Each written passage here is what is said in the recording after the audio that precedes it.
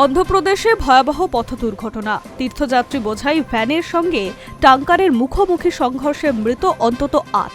অন্ধ্রপ্রদেশের কুর্নুল জেলায় মর্মান্তিক পথ দুর্ঘটনায় শোকের ছায়া নেমে এসেছে। বৃহস্পতিবার ভোররাতে মন্ত্রালয়ম মণ্ডলের চিলকালদোনার কাছে ন্যাশনাল হাইওয়ের ১৬৭ একটি তীর্থযাত্রী বোঝাই করা পিকআপ ভ্যানের সঙ্গে ট্যাঙ্কারের মুখোমুখি সংঘর্ষ লাগে এবং তাতে ৮ জনের মৃত্যু হয়েছে। গুরুতর আহত হয়েছে আরও ১০ থেকে ১২ জন।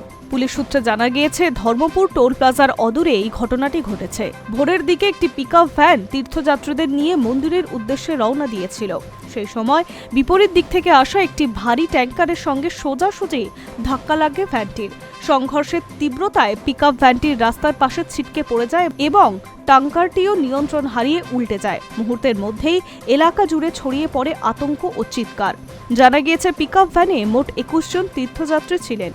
দুর্ঘটনার অভিঘাতে এতটাই ভয়াবহ ছিল যে ঘটনাস্থলেই ৮ জনের মৃত্যু হয়েছে। মৃতদের মধ্যে ৫ জন মহিলা, ৩ জন শিশুকন্যা ও ২ জন পুরুষ।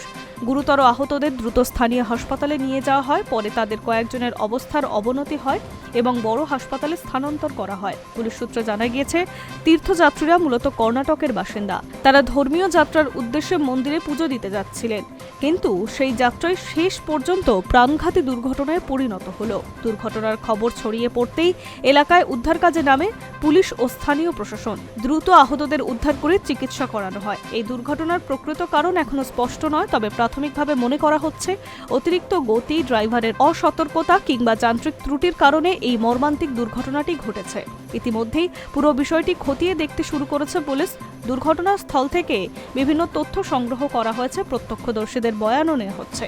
এই ঘটনা ফের একবার দেশের সড়ক নিরাপত্তা নিয়ে বড় প্রশ্ন তুলছে। বিশেষ করে ভোররাতে দীর্ঘ পথযাত্রার পথে চালকদের সতর্কতা এবং যানবাহনের সুরক্ষা ব্যবস্থা কতটা জরুরি তা নতুন করে মনে করিয়ে দিল এই দুর্ঘটনা। মৃতদের পরিবারের শোকের ছায়া আর আহতদের দ্রুত আরোগ্য কামনা করছে স্থানীয় প্রশাসন।